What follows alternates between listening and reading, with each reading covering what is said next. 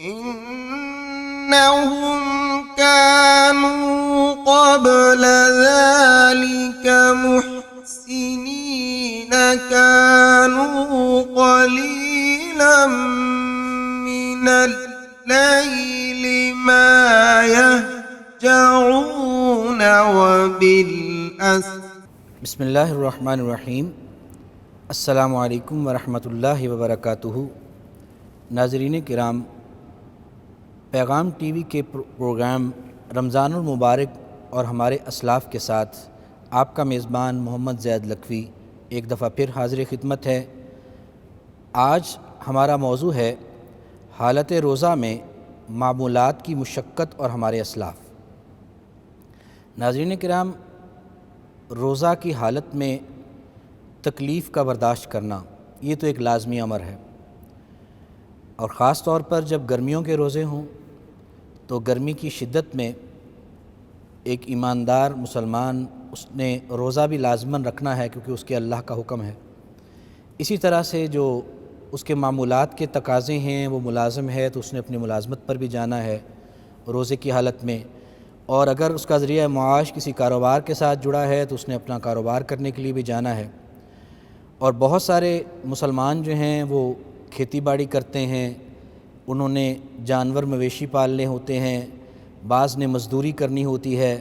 ظاہر ہے مختلف جو پیشے ہیں اور مختلف جو مصروفیات ہیں ہر ایک کے ساتھ مسلمان جو ہیں وہ جڑا ہوا ہوتا ہے.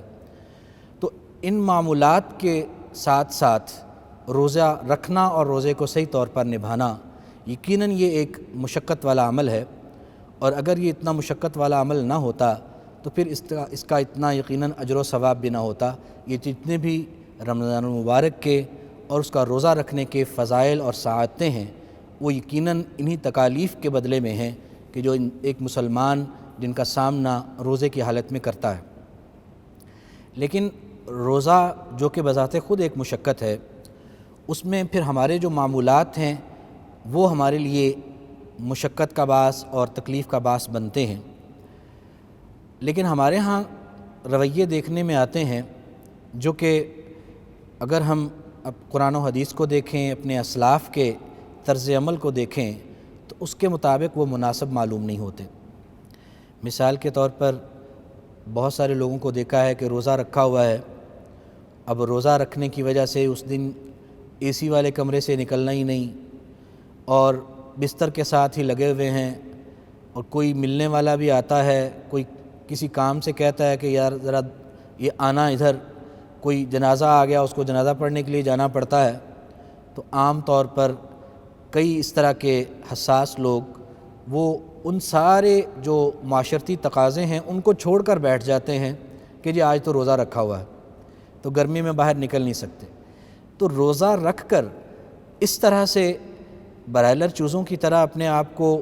بچانا، تھوڑی بہت تکلیف سے بھی، مشقت سے بھی، کہ کہیں کوئی مجھے پیاس برداشت نہ کرنی پڑ جائے، بھوک برداشت نہ کرنی پڑ جائے، مجھے کہیں گرمی نہ لگ جائے، پسینہ نہ آ جائے، یہ رویہ مناسب نہیں ہے. بلکہ بہت سے لوگ ایسے بھی ہیں کہ جو رمضان المبارک میں اگر ان کو اللہ تعالیٰ نے مالی طور پر فراوانی دی ہے اور وقت کی ان کے پاس فرصت ہے تو وہ تو اپنی فیملیز کو لے کے رمضان المبارک میں ٹھنڈے علاقوں میں جا بستے ہیں، وہاں جا کے ہوٹل لے کے، گھر کرائے پہ لے کے وہ پورا رمضان وہاں پر ٹھنڈے علاقے میں گزار کے آتے ہیں. مقصد کیا ہے؟ تاکہ رمضان المبارک کے روزوں کی جو پہنچنے والی تکلیف اور مشقت ہے ہم اس سے بچ سکیں.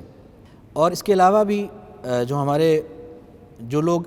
اس زیادہ شدت کے ساتھ روزے کی تکلیف سے بچنے کی کوشش نہیں بھی کرتے، وہ بھی عام معمولات میں، گفتگو میں ہر بات میں روزے کو لے آتے ہیں کہ نہیں روزہ لگ رہا ہے، روزے کی وجہ سے میں یہ نہیں کر سکتا، روزے کی وجہ سے میں یہ نہیں کر سکتا، آج تو جو مجھے سے نماز تراویح بھی نہیں پڑھی گئی، افطاری کے بعد طبیعت ہی اتنی نڈھال ہے، روزہ رکھا ہوا تھا. مختلف معاملات میں کوئی ٹیلی فون کے اوپر کوئی گفتگو کرتا ہے، کوئی کہتا ہے کہ یار آج مجھے فلاں کام آپ سے کروانا تھا، بھئی نہیں آج تو میں نے روزہ رکھا ہوا تھا، اس وجہ سے میں یہ نہیں کر سکتا، اس وقت یہ نہیں ہو سکتا. یہ والے جتنے بھی رویے ہیں کہ روزے کی تکلیف اور مشقت کو برداشت نہ کرنا اور اس سے بھاگنا، اور پھر اس کے علاوہ یہ ہے کہ روزے کو جواز بنا کر اپنے سوشل ذمہ داریوں سے گریز کرنا، یہ مناسب رویہ نہیں ہے. اب اسلاف ہمارے، بزرگ ہمارے اور نبی علیہ الصلوۃ والسلام، صحابہ کرام رضوان اللہ علیہم اجمعین،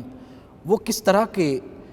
مشقت برداشت کرتے تھے روزوں میں، اور ان کا رویہ روزوں کی اس مشقت کے حوالے سے کیا تھا؟ کیا وہ بھی اس طرح سے اس مشقت سے بچنے کے لیے اپنے معمولات کو ترک کر دیتے تھے؟ آئیے ہم کچھ احادیث دیکھتے ہیں۔ اس میں یہ حدیث مبارکہ بخاری شریف کی ہے اور بہت اہم ہے اس لحاظ سے کہ جو اللہ تعالیٰ نے ہمارے اوپر کرم فرمایا امت محمدیہ پر کہ ہمیں سحری کرنے کی سہولت دے دی۔ ہم سے پہلی امتوں کا تو روزہ اس سے بھی زیادہ مشکل تھا، بلکہ ابتدائے فرضیت صیام میں، یعنی جب روزوں کی فرضیت ہوئی ہے تو تب مسلمانوں کے اوپر بھی یہی طریقہ نافذ تھا کہ ان کے روزے کے اندر سحری نہیں تھی۔ بہت مشکل روزہ تھا کہ صرف افطاری کریں گے اور سونے سے پہلے تک کھا پی سکتے ہیں اور اس کے بعد وہ کھائیں گے ہی نہیں، تو ان کا تو روزہ ہم سے بھی زیادہ مشکل تھا۔ لیکن اتنے مشکل روزے کے باوجود بھی وہ کس قدر روزے کو نبھانے کے لیے بھی اور ساتھ اپنے معمولات کو بھی جاری رکھنے پر ان کی کوشش ہوتی تھی، اس کا اندازہ آپ اس روایت سے لگا رکھ سکتے ہیں کہ جس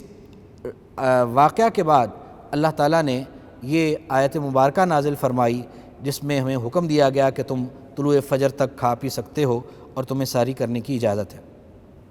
یہ واقعہ کیا ہے؟ بخاری شریف کی روایت، حضرت براء بن عازب رضی اللہ تعالیٰ عنہ اس کے راوی ہیں، وہ فرماتے ہیں کہ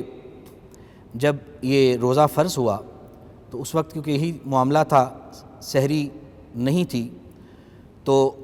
قیس بن سرمہ انصاری صحابی رضی اللہ تعالیٰ عنہ، اب وہ مزدور آدمی تھے، کھیتوں میں باغوں میں کام کرتے تھے، اب روزہ رکھا ہوا ہے، سارا دن کام کاج کیا، شام کو افطاری کے لیے گھر تشریف لائے، اور غریب آدمی تھے، گھر میں کھانے کے لیے تھا ہی کچھ نہیں۔ بیگم سے پوچھا کہ وہ کچھ کھانے کو ہے، میں افطاری کر لوں؟ بیگم نے کہا گھر میں تو کچھ نہیں، لیکن آپ تشریف رکھیے، میں جاتی ہوں پڑوسیوں سے یا عزیزوں سے کہیں سے کچھ چیز لے کر آتی ہوں تاکہ آپ افطاری کر لیجئے۔ لیکن ان کو تھوڑی سی تاخیر ہو گئی ڈھونڈنے میں، اور یہ کیونکہ سارے دن کے کام کاج کے تھکے ہوئے تھے، ان کی واپسی تک انہیں نیند آ گئی۔ اب نیند آنے پر ان کا اگلا روزہ شروع ہو گیا۔ میں اور آپ ہوتے اور آج کل کے روزوں سے بھاگنے والے وہ لوگ ہوتے کہ جو تھوڑی سی گرمی کا بہانہ بنا کے،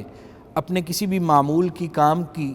مجبوری کا بہانہ بنا کے کہ جی میں نے تو یہ کام کرنا ہوتا ہے، یہ تو آج کل تو گندم کی کٹائی کا سیزن ہے، اس وجہ سے گندم کی کٹائی کی وجہ سے میں روزہ نہیں رکھ سکتا،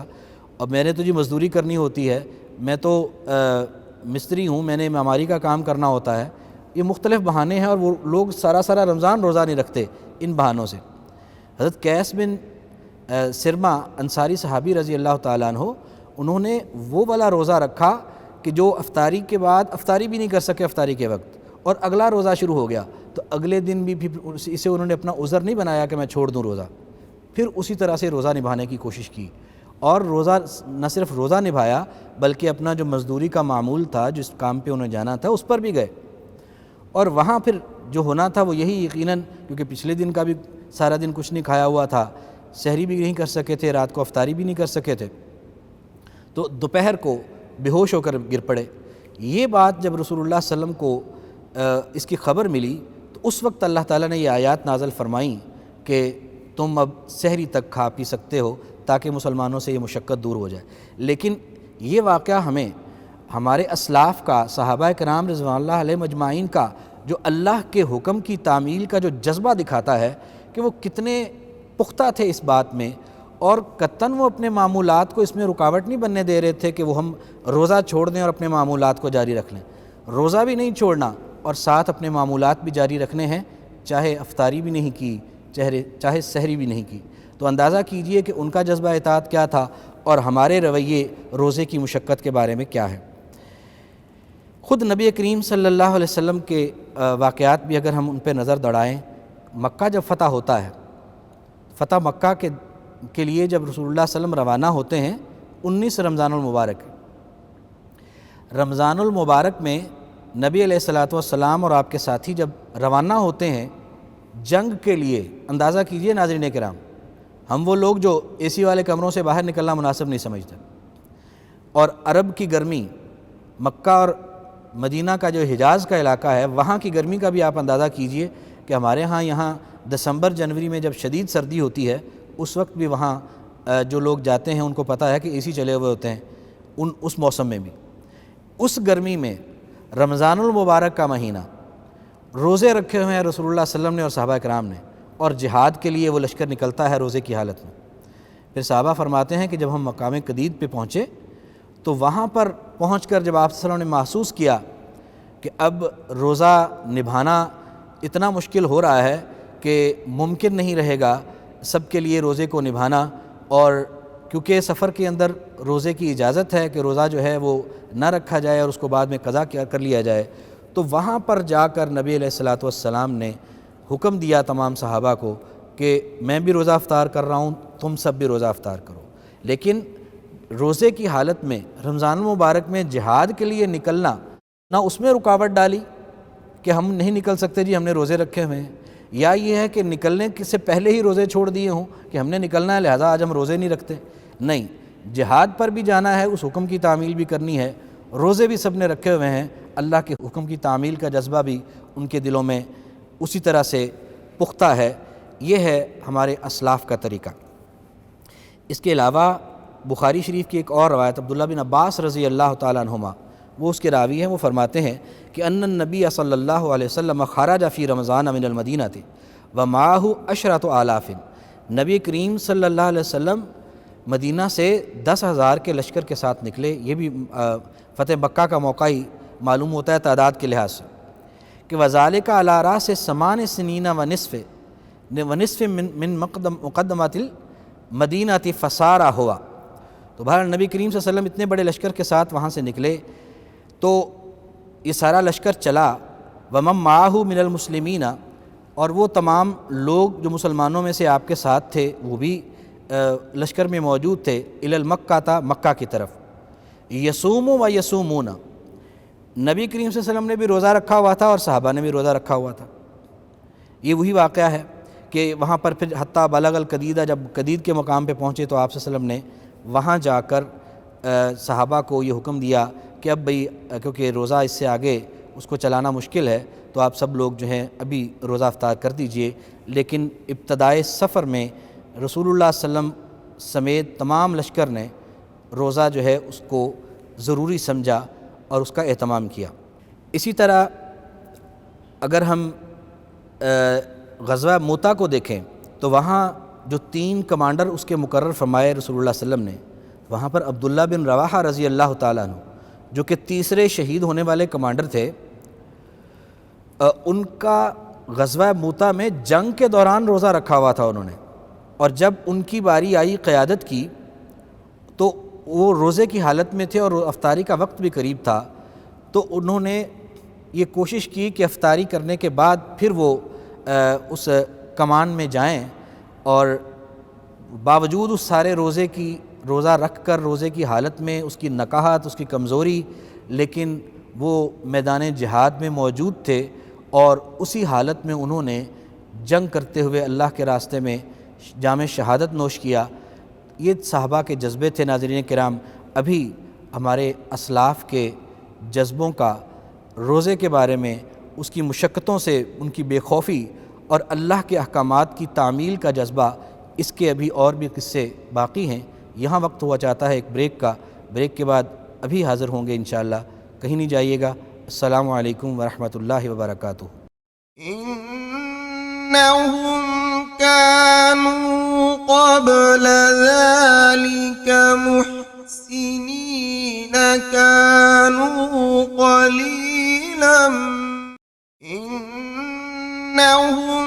كانوا قبل ذلك محسنين، كانوا قليلا۔ السلام علیکم ورحمۃ اللہ وبرکاتہ۔ وقفے کے بعد خوش آمدید۔ ناظرین کرام، ہم جائزہ لے رہے تھے اپنے اسلاف کی ان رویوں کا کہ جو روزہ کی مشقتوں کے بارے میں وہ رکھتے تھے۔ اس سلسلے میں اب یہ ایک اثر ہے کہ احنف بن قیس رحمہ اللہ، ان کو کہا گیا کہ اندما کابر فی السن، نے جب وہ عمر میں بہت بڑے ہو گئے، کہ انکا شیخ کبیر و ان الصیام یضعفک، کہ آپ بہت بڑے بوڑھے آدمی ہیں یہ روزہ رکھنا آپ کو کمزور کر دے گا، تو یعنی آپ کو رخصت ہے آپ روزہ نہ رکھیں۔ فقال، انہوں نے کہا، یعنی وہ بوڑھا اور کمزور ہونے کے باوجود بھی روزہ چھوڑنے پر تیار نہیں تھے۔ فقال، پس انہوں نے کہا، انی اعدہ لسفر طویل، بھئی میں تو اس کو تیار کر رہا ہوں ایک لمبے سفر کے لیے، یعنی آخرت کے سفر کے لیے، کیونکہ میری تیاری ہے، لہٰذا میں روزے رکھنے نہیں چھوڑ سکتا، اپنے اس سفر کی تیاری کو میں کمزور نہیں کر سکتا۔ اور ساتھ فرمانے لگے کہ والصبر علی طاعت اللہ، اللہ کی اطاعت پر صبر کرنا، اہون من الصبر علی عذابہ، اللہ کے عذاب پر صبر کرنے سے بہتر ہے۔ یعنی بوڑھا اور کمزور ہونے کے باوجود بھی، اور جس میں رخصت بھی ہو سکتی ہے، ان کا عذر بھی وہ قابل قبول تھا، لیکن انہوں نے روزہ رکھنا چھوڑنے سے انکار کیا۔ امام مالک ایک حدیث کو روایت کرتے ہیں نبی کریم صلی اللہ علیہ وسلم کے صحابہ سے۔ وہ کہتے ہیں کہ صحابی کہتے ہیں کہ میں نے دیکھا نبی علیہ الصلاۃ والسلام کو ارج کے مقام پر کہ یصب علی راسہ الماء وہو صائم، کہ آپ صلی اللہ علیہ وسلم کے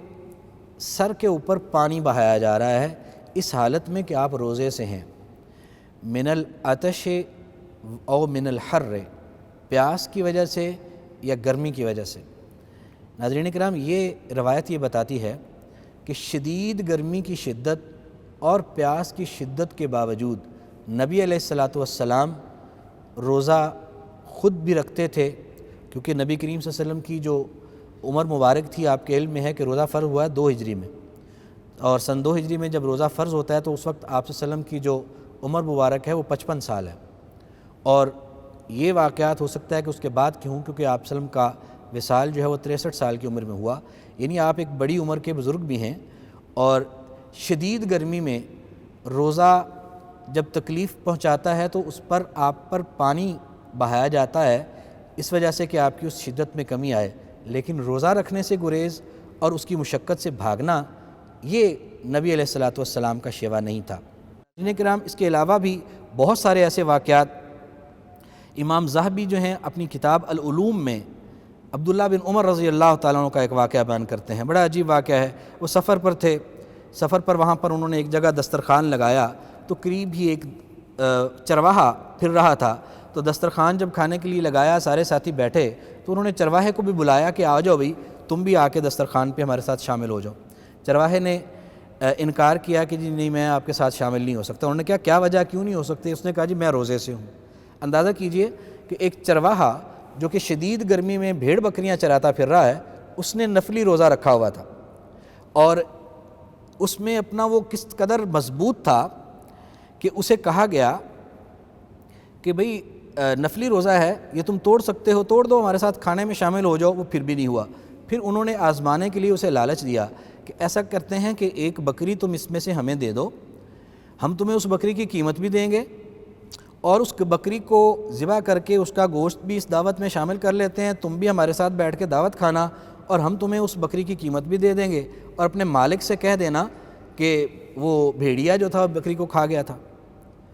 تو اس نے آگے سے یہ جواب دیا،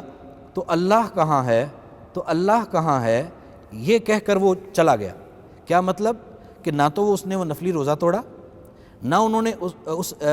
چرواہے نے وہ تھوڑی سی جو بددیانتی کی ایک آزمائش کے لیے انہوں نے پیشکش کی تھی اسے قبول کیا۔ کس ڈر سے کہ بھئی میں اگر یہ کر لوں گا تو ٹھیک ہے، مالک تو نہیں دیکھ رہا لیکن اللہ تو دیکھ رہا ہے، تو اللہ کہاں ہے۔ اس روایت کے آخر پہ راوی فرماتے ہیں کہ عبداللہ بن عمر رضی اللہ تعالیٰ عنہ اس کے بعد جب وہ چلا گیا تو بار بار یہ دہراتے رہے، تو اللہ کہاں ہے، تو اللہ کہاں ہے۔ ان کی آنکھوں میں آنسو آ گئے کہ یہ اللہ کا بندہ کس قدر مضبوط ہے اللہ پر ایمان میں، کہ روزہ بھی نفلی رکھا ہوا ہے، اس کو بھی تھوڑے پر آمادہ نہیں ہے شدید گرمی کی حالت میں، اور اس کو اللہ کے ہونے کا اتنا یقین ہے کہ وہ کسی بھی ایسے کام کی طرف وہ توجہ نہیں کر رہا۔ عبداللہ بن عمر رضی اللہ عنہ نے واپس تشریف لائے، جب اس غلام کو آزاد کروایا خرید کر، اور وہ سارا ریوڑ بھی اس مالک سے خرید لیا، اور سارا ریوڑ بکریوں کا تحفے میں اس کو دے کر اس کو آزاد کر دیا۔ تو یہ آپ اندازہ کر سکتے ہیں کہ اس دور کے چرواہے جو سارا دن انہوں نے دھوپ میں اور گرمی کی شدت میں بھیڑ بکریاں چرانی ہوتی تھیں، وہ بھی نفلی روزوں کا اس قدر اہتمام کرتے، اور ہم سے رمضان المبارک کے فرضی روزوں کا شوق سے اہتمام نہیں ہوتا اور اپنے کام کاج چھوڑ کر بیٹھ جاتے ہیں۔ اسی طرح بدایہ والنہایہ میں امام ابن کثیر نے بھی ایک واقعہ بیان کیا ہے بنو امیہ کے ایک شخصیت روح بن زمبا کا، کہ ان کے ساتھ بھی اسی طرح کا واقعہ پیش آیا کہ وہاں انہوں نے چرواہے کو دعوت دی اور اس نے انکار کیا، اور اس نے بھی یہ کہا کہ میں اپنی آخرت کی تیاری کے لیے یہ روزے رکھ رہا ہوں، اور وہ بھی اس کی اس بات سے بہت متاثر ہوئے کہ اتنی شدید گرمی میں ایک چرواہا جو ہے وہ نفلی روزے رکھتا ہے اور اسے اللہ تعالیٰ کے ہاں نجات کی اور اپنی آخرت کی تیاری کی کتنی فکر ہے۔ امام بخاری نے اس حدیث کو روایت کیا ہے کہ جو شخص اللہ کا حکم اور اپنے مالک کا حکم دونوں کو پورا کرتا ہے، یعنی روزہ بھی رکھتا ہے اور اپنا کام بھی کرتا ہے، تو اس کے لیے اللہ تعالیٰ نے دوہرا اجر تیار فرمایا ہے۔ امام حسن بصری کا آخری قول عرض کر کے ناظرین کرام آج کے پروگرام کو ہم ختم کریں گے۔ امام حسن بصری رحمۃ اللہ علیہ فرماتے ہیں کہ اذا لم تقدر علی قیام اللیل ولا صیام النہار، یعنی جب تجھے یہ توفیق نہ ہو کہ تو راتوں کو قیام کر سکے اور دن میں روزہ رکھ سکے، یہاں اس سے مراد رمضان المبارک کے روزے نہیں ہیں، یہ نفلی روزے ہیں ناظرین کرام۔ امام حسن بصری فرماتے ہیں کہ جب تجھ سے یہ توفیق چھین لی جائے کہ تو راتوں کو قیام نہ کر سکے، دن کو روزہ نہ رکھ سکے، تو فَعْلَمْ أَنَّكَ مَحْرُومٌ، پھر جان لے کہ تو محروم ہے۔ قَدْ قَبَّلَتْكَ الْخَطَايَا وَالذُّنُوبُ، تجھے تیرے گناہوں نے اور تیری خطاؤں نے تجھے بیڑیاں ڈال دی ہیں، وہ نہ تجھے رات کو قیام کرنے دے رہی ہیں نہ دن کو روزے رکھنے دے رہی ہیں۔ یہ نفلی روزوں کے بارے میں اور نفلی عبادت کے بارے میں بات ہے ناظرین کرام۔ چہ جائے کہ رمضان المبارک کے روزے اور وہ ہم سے رہ جائیں اور چھوٹ جائیں تو یقیناً یہ ہماری گناہوں کی شامت ہے اور بہت بڑی محرومی ہے۔ اللہ تعالی ہمیں روزوں کی مشقت کو اجر و ثواب کی نیت سے اور ان کے جو فضائل ہیں ان کی نیت سے ان کو اللہ تعالی ہمیں احسن طریقے سے برداشت کرنے کی توفیق نصیب فرمائے، اور اللہ تعالی ہمیں اس طرح سے روزے رکھنے کی توفیق دے جس طرح سے نبی علیہ السلام روزے رکھتے تھے، ہمارے اسلاف روزے رکھتے تھے۔ اللہ تعالیٰ ان کی حفاظت کی بھی ہمیں توفیق دے اور ان کی مشقتوں کو برداشت کرنے کی اور آسن انداز میں رمضان المبارک کو پایہ تکمیل تک پہنچانے کی اللہ تعالیٰ ہمیں توفیق عطا فرمائے۔ اس کے ساتھ ہی آج کے پروگرام کا اختتام ہوتا ہے۔ کل حاضر ہوں گے انشاءاللہ نئے موضوع کے ساتھ، تب تک کے لیے فی امان اللہ۔ السلام علیکم ورحمۃ اللہ وبرکاتہ۔ إنهم كانوا قبل ذلك محسنين، كانوا قليلا من الليل ما يهجعون وبالأسحار هم يستغفرون۔